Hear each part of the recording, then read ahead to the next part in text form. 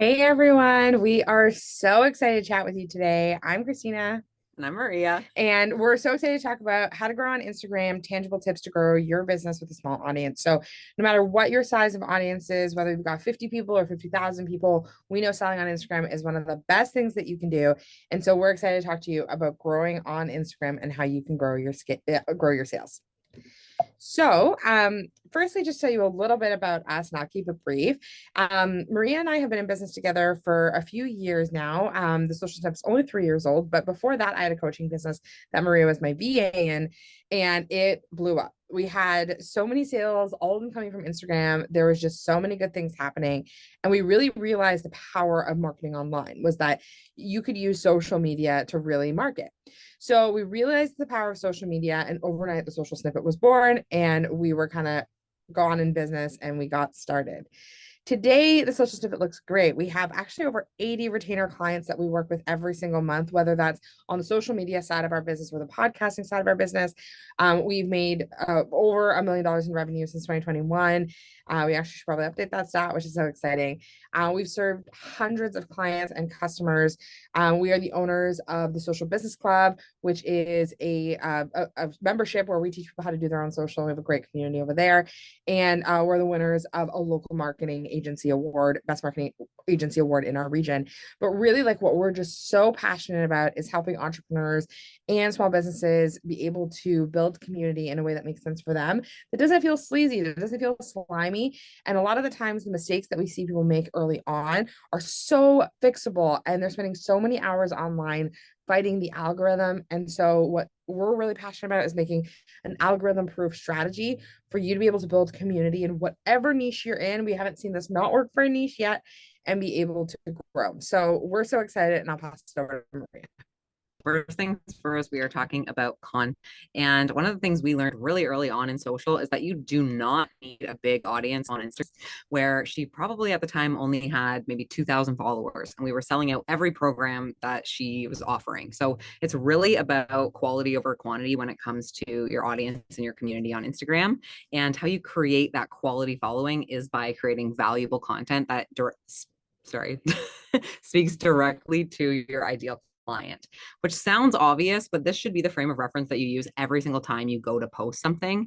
And oftentimes it can help to think of what would your former self need to hear, because oftentimes we're selling to our former self as a part of who we're trying to attract with our ideal client. So keep in mind, you're now an expert and your audience is not. So if you're whoever your ideal client is, think about things from their lens. What kind of language would they use? What kind of language would they understand? If you are using complicated jargon to try and sound fancy and your ideal client doesn't know what that word means, they're going to feel left out of your content. So it's really important that they see your content and feel like it was made for them and they belong in your community.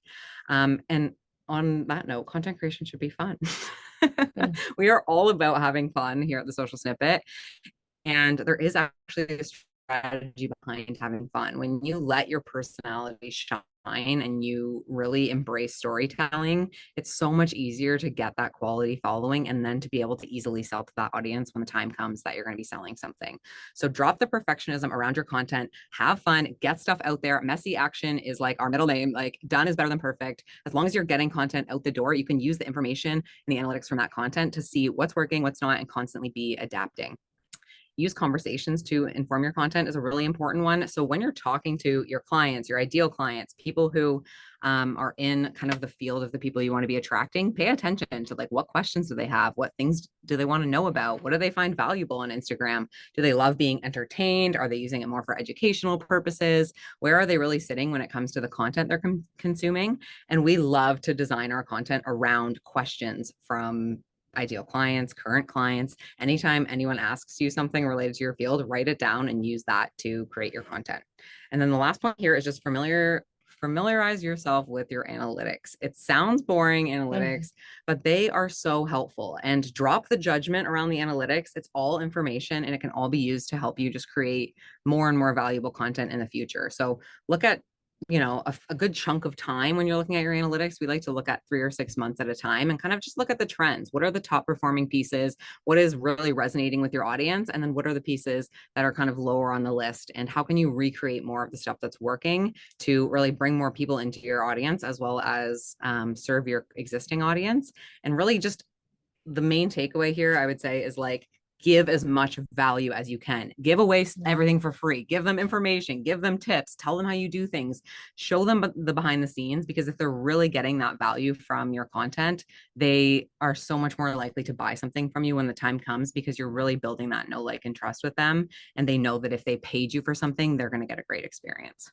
There's always this like fear that people have about giving away like too much free stuff on the internet. Like, oh, if I, Yeah. if I give away too much, then people won't buy from me. But I promise you, there is nothing you're going to give away that someone can't Google. And so, really being able to see that, like you adding that value and that like, positioning yourself as an authority, that is the number one way for you to be growing your business online. It's like really that authority focused content makes such a big difference.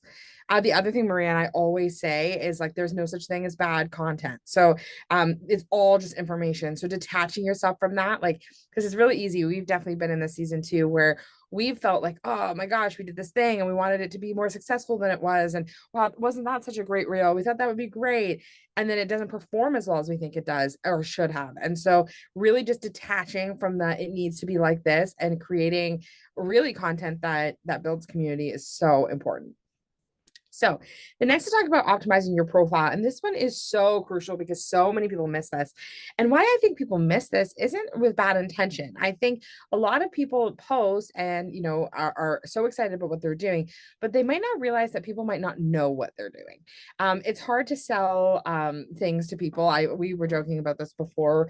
You see people who have so many ideas in business, and then they try to create a business that sells like 500 different things. So they're a lash tech that's making shawarma, that's also teaching piano lessons, right? Like we need clear, concise messaging so that people know clear is kind and people know what to buy from you.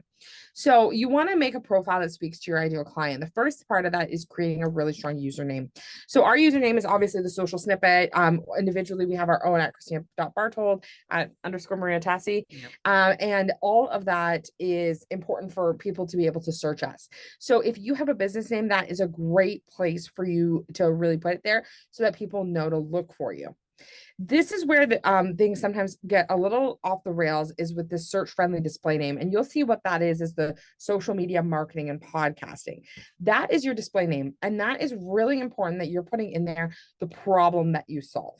So for example, search engine optimization. I don't know if you know too much about that. Maybe you do, maybe you don't, but that is actually like what you're keeping in mind, what you put there. What would people look for when they're searching for you? So for example, if say you're a course creator, you don't want to be like, I am a course architect that does this, this, and this. That's awesome. And I love that you got creative with your title, but nobody's looking for that. So you want to put something in there that people are looking for. So you want it to be very clear what your content is going to be about. So you see over there, social media, marketing, and podcasting. Those are the services that we provide.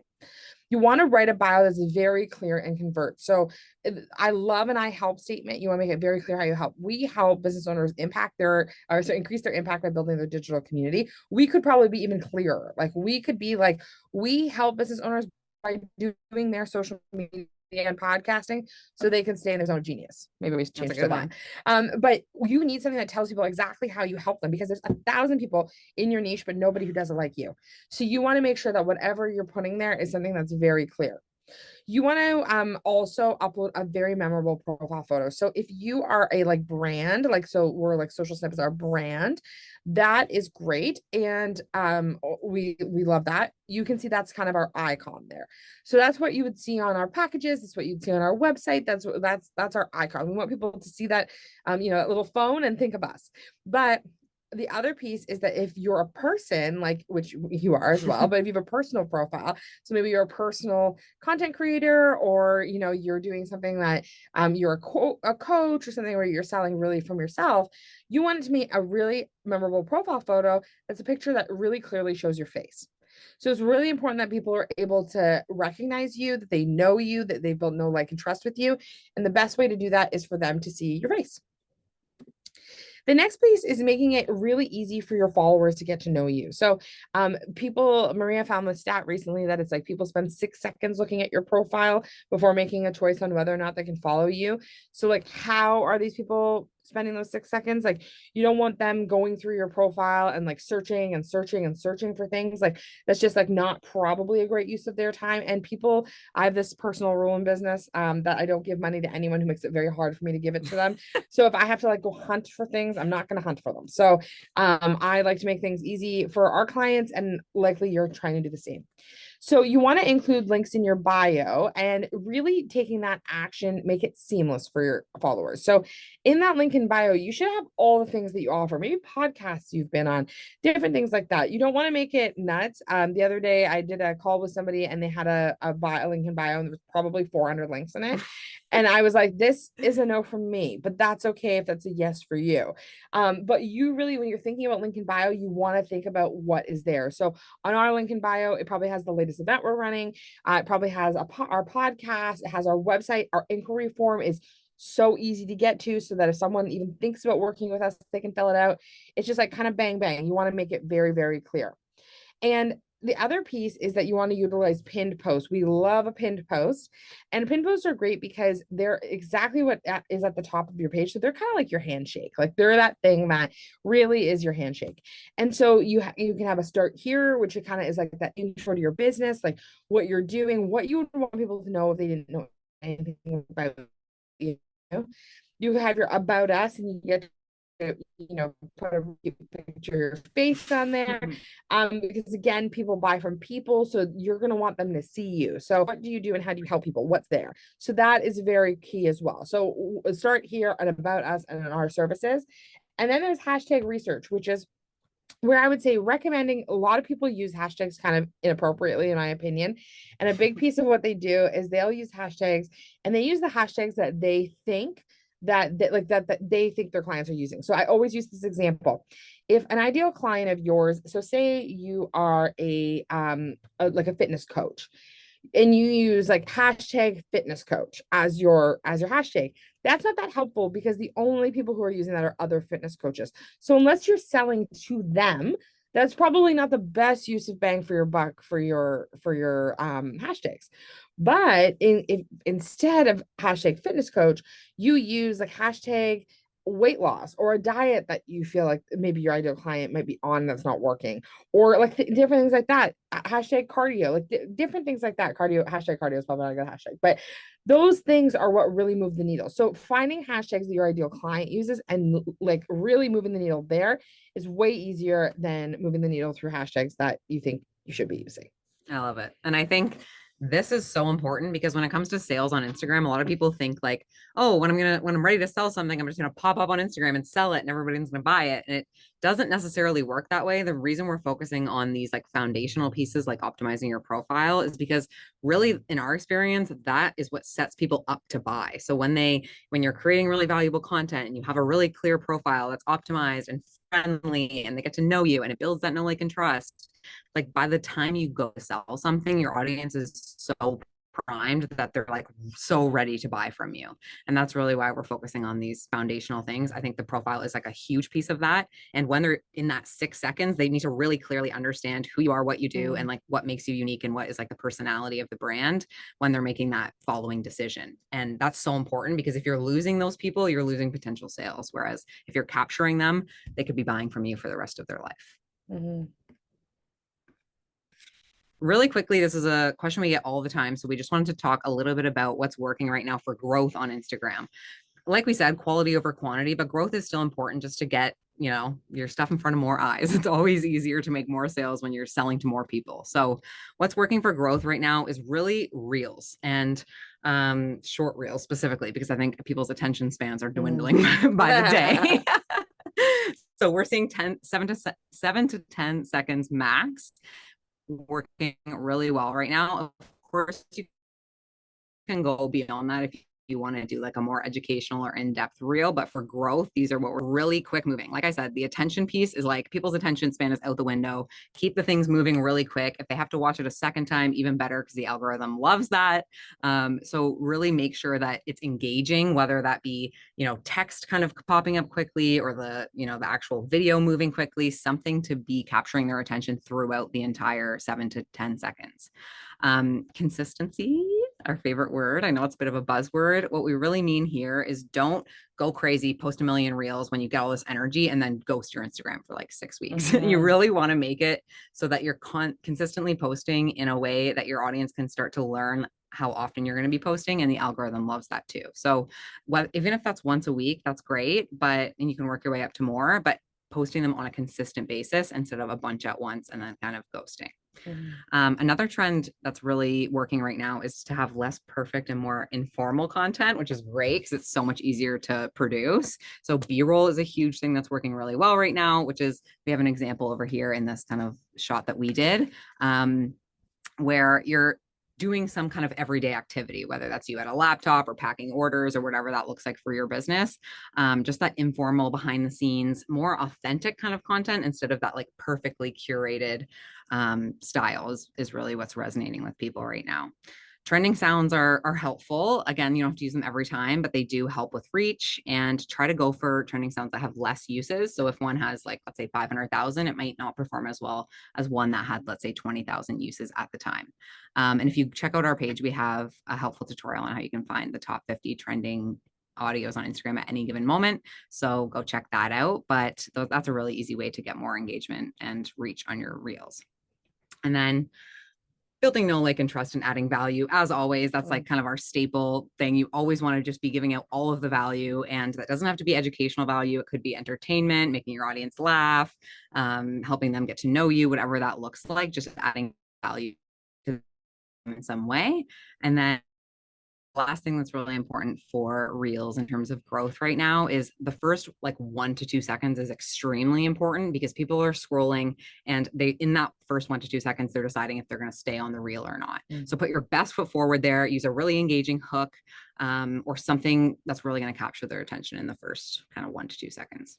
Love it. It's also so important to like try as many different things as you can. Yeah. Like, don't, some people will do this and they will be like, oh my gosh, I made one reel and it was bad and like whatever. And like we always joke about this, got but like 10 views and never posting again. But like I, for example, I'm like a very messy start kind of person. I've always been like that.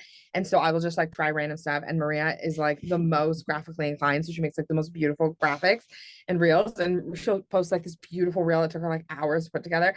And I'll post a reel where like my hand was kind of shaking, and then it gets so much like engagement. It took you 20 seconds to create. I'm like, look, a template. So I think it's really about trying to kind of find that balance. And so yeah, so really just like trying different things will make such a big difference in building that community. The next piece is external engagement for growth. And so this is also my profile picture, in case you're wondering, the cute face pic. But basically, one of the things that's really important is that often when we're looking at social media, I always talk about this, is that we get to a point where we're like, I want more comments. I want more story views. I want more this. I want more that. But we're not willing to do that for other people. And it takes that in order to get the other. So if you're looking for more engagement, you need to give engagement. If you want to have more conversations in DMs, start them. Like, have those dialogues. And I think that makes such a big difference. So you want to find your ideal client and engage with their profile. And there's lots of different places you can find them. If you're a local based business, especially, like, location tags are an awesome place for you to start. So really just going into, Toronto or New York, LA, like wherever you're based, and really engaging in the location tags. The next is hashtags, which is where you go into those hashtags for people who are your ideal clients, the ones that they might be using, and going and engaging inside those hashtags. Don't engage on the top posts there. Go and engage on the most recent posts there. Top posts could be months old, years old. They're probably from influencers, but the more authentic ones are closer down. So really just like going and giving really like meaningful comments. So that's a great piece there. And I'm skipping a bit, but like thoughtful comments with 5+ words. So you don't want to just be like fire emoji, like kitten. Like, you want to make sure that it's something that actually moves the needle. And what moves the needle for that person is makes them think, makes them want to respond, makes them want to go check out your profile. So just so you know, like, we have 80 clients and all of our clients have engagement as part of their packages. It's very hard to convince me to take it out of a package because I know how much work it is. And I also know how much engagement it brings to the account. The other piece is competitors. We don't believe in competition. We're huge on community and collaboration over competition, but like, who are people like in your space who are posting, and what are they doing? And, going and either like who are their followers, Yeah. who's highly engaged on their profile. You don't need to post on their like accounts, but who are they kind of engaging with? And then tagged posts, like who's tagged in what, and engaging with those people. So see what kind of resonates with people. You don't need to spend hours and hours and hours. I would say 15 minutes, 5 days a week does like a very significant job. That's what we do on with our clients and with our accounts. Mhm. But that is kind of where I'd get started. Love it. And when you are engaging, it's so important that these people that you're engaging with, when they see your amazing, thoughtful comment and your couple likes, and they're like, who is this engaging with my profile? I need to go check them out. When they go to your profile, you want them to stay and hit the follow button. And the way you do that is through optimizing your profile in a way that speaks directly to your ideal client. So we have this awesome free resource for you, which is a guide and checklist on how to optimize your Instagram profile. So this goes through everything Christina covered in this presentation, in-depth explanations on how to actually execute all of those pieces. And then we also have a checklist for you at the end so you can make sure you work your way through all of the fabulous tips. And like I said, this is a work in progress, like everything, messy action. So just start somewhere, take some small piece of action towards optimizing your profile, and you can work away at it, right? Like you can create one little pinned post here, and then you can change your profile picture, and then you can change your bio. And this is a very in-depth guide that you can kind of go back to at any time, and it walks you through how to do all of that piece by piece. Awesome. Well, thank you so much for having us. We are so excited to be here, and we love sharing this knowledge. We love talking about Instagram. So if you're ever interested in connecting with us, you can connect with us over at the Social Snippet at Christina.Bartold or at Maria Tassi. And we would love, love, love to connect with you. So let us know what you think, and can't wait to see what you try. Bye.